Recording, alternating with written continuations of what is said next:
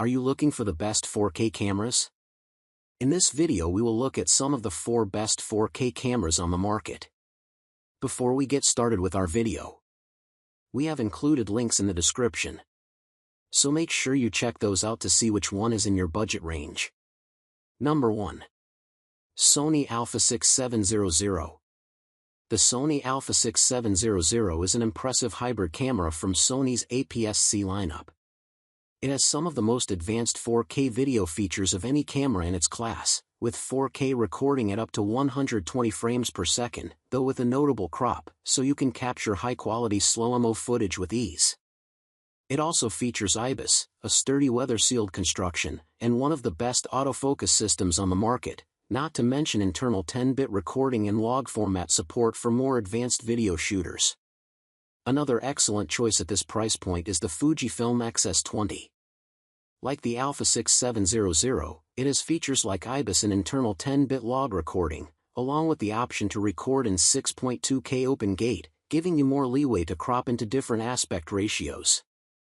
However, its autofocus system isn't as reliable or accurate as the AF on the ZV-E10 II, and it has fewer frame rate options in 4K, maxing out at 60 frames per second.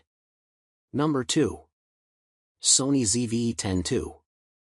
If you want something a bit more basic than the pics above, the Sony ZV-E10 II is the best entry-level model we've tested for 4K video recording. With an APS-C sensor and a relatively compact vlog-centric design, the ZV-E10 II is a beginner-friendly video camera that offers a lot of bang for its buck. It has excellent internal recording capabilities for its class, with more advanced features like log profiles and 10-bit color depth, as well as 4K recording at up to 60 frames per second. On top of that, it supports slow-motion recording at up to 120 frames per second in 4K, making it versatile for a wide range of video styles.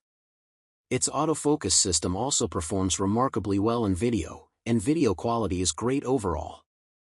The biggest downside is a lack of in-body image stabilization. If you can find one used, the Fujifilm X-S10 is a good, if slightly dated, alternative that features IBIS. That said, it has fewer frame rate options and can't record 10-bit video internally. Number 3. Sony ZV-E10. Most of our picks above are more advanced models, but you don't necessarily need to spend a fortune to shoot high-quality 4K video. The Sony ZV-E10, the predecessor to our entry-level pick above, is the best 4K video camera for those on a tighter budget, as it has a lot of the same features as its successor at a lower price. The biggest drawbacks are a lack of 10-bit recording and fewer frame rate options in 4K, maxing out at 30 frames per second, but at this price point, you won't find a better video or vlog option. Unlike higher-end models, there's no built-in stabilization here, and the camera's vlogging-centric design means there's no viewfinder. However, the camera has a fully articulated screen and simple, accessible controls that are perfect for beginner shooters. Plus, it has a ton of customization options, a great battery life, and no recording time limit. Ultimately, if you want to shoot 4K videos or vlogs without breaking the bank, the ZV-E10 is the best choice. Number 4. Sony ZV-1. If you prefer something smaller and easier to carry, the Sony ZV-1 is basically a point-and-shoot version of the Sony ZV-E10. It's less versatile since it uses a fixed lens and has a smaller 1-inch type sensor, but it's the best option if you're looking for a compact video camera. The newer Sony ZV-1 II features a wider-angle lens, however, it's more expensive and lacks optical stabilization, so unless you need a wide-angle field of view for vlogs, the ZV-1 is a better value option. This is one of the rare point-and-shoot cameras with a fully articulated screen, so you can monitor yourself while recording. It has an excellent autofocus system, too, and it can record 4K video at up to 30 frames per second, though with a slight crop.